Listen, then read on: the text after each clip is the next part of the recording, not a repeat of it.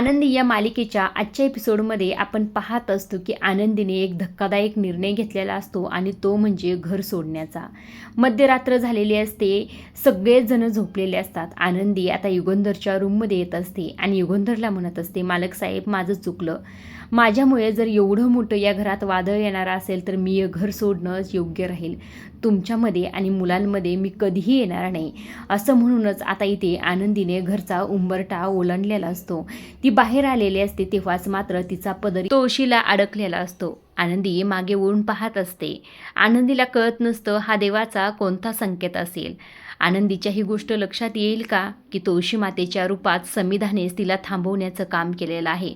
आता आनंदीने एवढा मोठा धक्कादायक निर्णय का घेतला असेल असा प्रश्न तर तुम्हाला पडलाच असेल. त्या प्रश्नाचं उत्तर म्हणजे पृथ्वीचं बोलणं तिच्या मनाला टोचलेलं असतं, लागलेलं असतं. ती आतून खचलेली असते.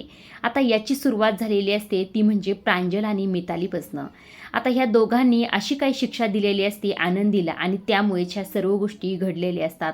प्रांजलनी ते गरम दिवा आनंदीच्या हातात ठेवलेला असतो आणि आनंदीला म्हटलेला असतो, हा गरम दिवा तुझ्या हातात ठेवायचा आणि देवासमोर सतत म्हणायचं की मी चुकले, मला माफ कर. असं हे अजिबातच बंद करायचं नाही. आता आनंदी तो हातात दिवा घेत असते. तो गरम दिवा असतो, तिच्या हाताला चटके बसत असतात आणि ते कंटिन्यू ती म्हणत असते की देवा मला माफ कर, चुकलं माझं, हे तिचं बोलणं सुरू असतं. आता छायाला मात्र तिचा त्रास अजिबातच बघवत नाही आणि त्यामुळेच तिने पडदिशीनं आता आरतीला कॉल केलेला असतो. आरतीला कॉल करून सगळ्या गोष्टी सांगितलेल्या असतात की ते सगळा प्रकार काय झालेला आहे. आरतीला तर हे सगळं काही ऐकून धक्का बसलेला असतो. अक्षरशः ती धावतच इकडे आलेली असते. समोर पाहते तर काय आनंदीच्या हातात तो गरम दिवा असतो. आता ती आनंदीला ओरडत असते, मात्र तितक्यातच इकडनं मिताली आणि त्याचबरोबर प्रांजल तिला अडवत असते. इकडे आरतीला मात्र आनंदीचा हा त्रास अजिबातच बघवत नसतो. ती ओरडू ओरडू म्हणत असते, अगं आनंदी असं काय करतेस, तो दिवा फेकून दे ना, असं हातात घेऊन का बसलीस तू, आणि तुमच्या सगळ्यांचं काय चाललंय, तुमच्या मनात थोडीसुद्धा माणुसकी आहे का नाही, असंही ते आरती म्हणत असते. आनंदी मात्र कुणाचंही ऐकायला तयार नसते आणि तिचं ती प्रायचित्त करत असते. आता इकडनं तितक्यातच पृथ्वी आलेला असतो आणि पृथ्वी हा सगळा काही प्रकार पाहतो तेव्हा मात्र तो फार भडकलेला असतो. अक्षरशः त्याने आनंदीच्या हातातला तो दिवा जोरातच फेकलेला असतो. हे सगळं काही कोणी करायचं सांगितलं हिला, असं म्हटल्याबरोबर इकडनं प्रांजल म्हणत असतो, अरे दादा मीच सांगितलं होतं, अरे ती प्रायचित्त करत होती. असं म्हटल्याबरोबर पृथ्वीचा पारा चढलेला असतो. पृथ्वी म्हणत असतो, हे सगळं काही करण्याआधी एकदा विचार करायचास, हे सगळं काही हिच्याकडनं करून घेण्याची तुझी हिंमत कशी झाली. प्रांजल म्हणत असतो, दादा हिच्यामुळे तुला त्रास झाला आणि म्हणूनच मी तिला शिक्षा दिली.